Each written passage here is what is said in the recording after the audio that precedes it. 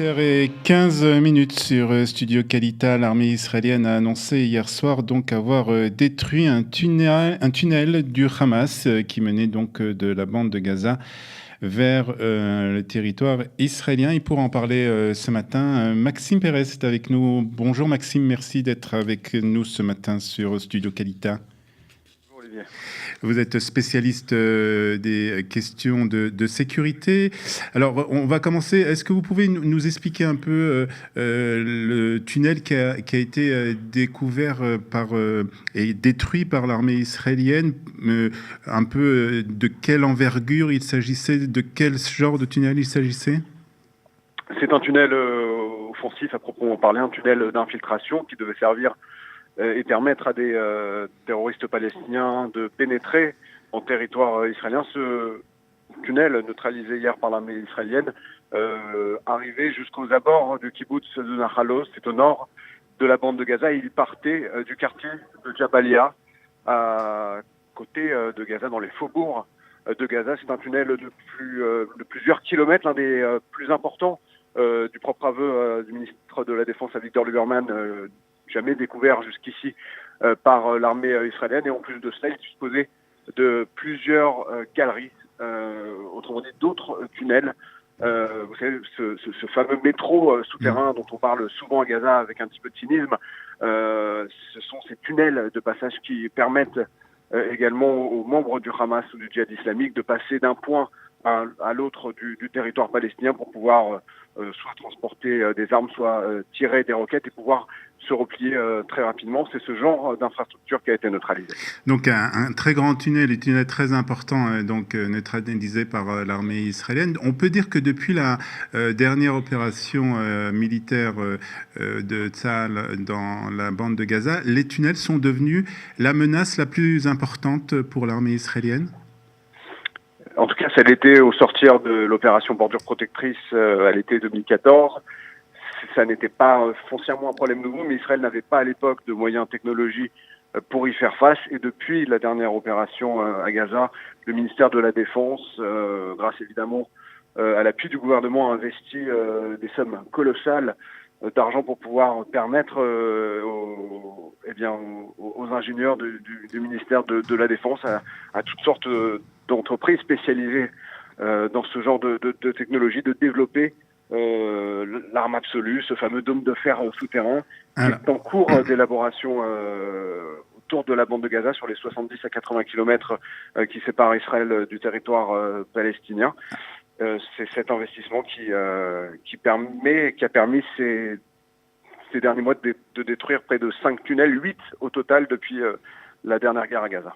Alors, vous parlez justement de ce dôme de fer qui permet d'intercepter les missiles qui étaient et qui sont encore tirés depuis la bande de Gaza. Et il y a des moyens, comme vous l'avez dit, des moyens qui sont investis, de gros moyens qui sont investis pour essayer de découvrir ces tunnels. Alors, hier, on a eu un petit aperçu de ces moyens. Le ministère de la Défense nous a fait découvrir quelques bribes de ces laboratoires. Est-ce qu'on en sait un peu plus justement sur ces moyens? Est-ce qu'on est arrivé justement à cette arme absolue qui va permettre de découvrir en temps réel la construction de ces tunnels? Écoutez, en tout cas, les responsables israéliens sont formels. Il n'y aura plus de menaces souterraines en provenance de Gaza d'ici la fin de l'année. Autrement dit, on est convaincu côté israélien que la technologie mise au point et dont on a pu apercevoir quelques aspects hier après-midi quand l'armée israélienne a diffusé une vidéo de ce fameux laboratoire combinant plusieurs technologies dans laquelle sont à pied d'œuvre plusieurs soldats, mais également des scientifiques spécialistes de sismologie notamment. On sent bien que ce projet, qui est un projet stratégique pour le Hamas, est en train progressivement de disparaître. C'est un coup porté à l'infrastructure militaire de cette organisation terroriste.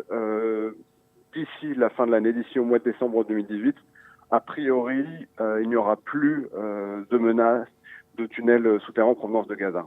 Donc c'est un coup très dur pour le Hamas. Oui, parce que le Hamas, on le sait, a investi des sommes colossales d'argent, Mhm.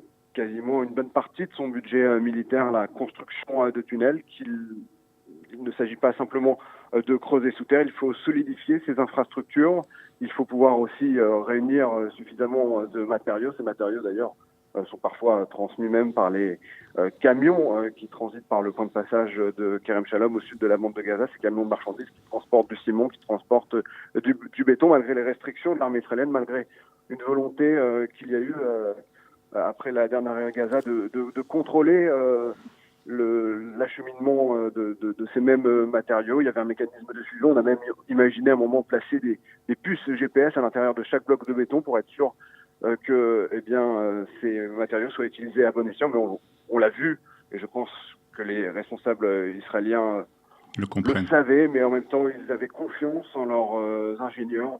Ils savaient que parallèlement, ils étaient en train de développer une technologie qui, de toute façon, allait mettre à mal, à plus ou moins moyen terme, cette arme stratégique pour le Hamas, qui a énormément déstabilisé l'armée israélienne il y a encore quelques années, qui est une source d'inquiétude, qui continue de l'être pour la population, même si elle est davantage rassurée aujourd'hui. Puis il faudra peut-être un jour, Olivier, se poser la question de savoir si ce genre de tunnel n'existe pas à notre frontière nord face au Liban, puisque le Hamas, on le sait, a tout simplement dupliqué en tout cas, ça s'inspire pour beaucoup de ce que fait le Hezbollah, pas seulement pour les roquettes.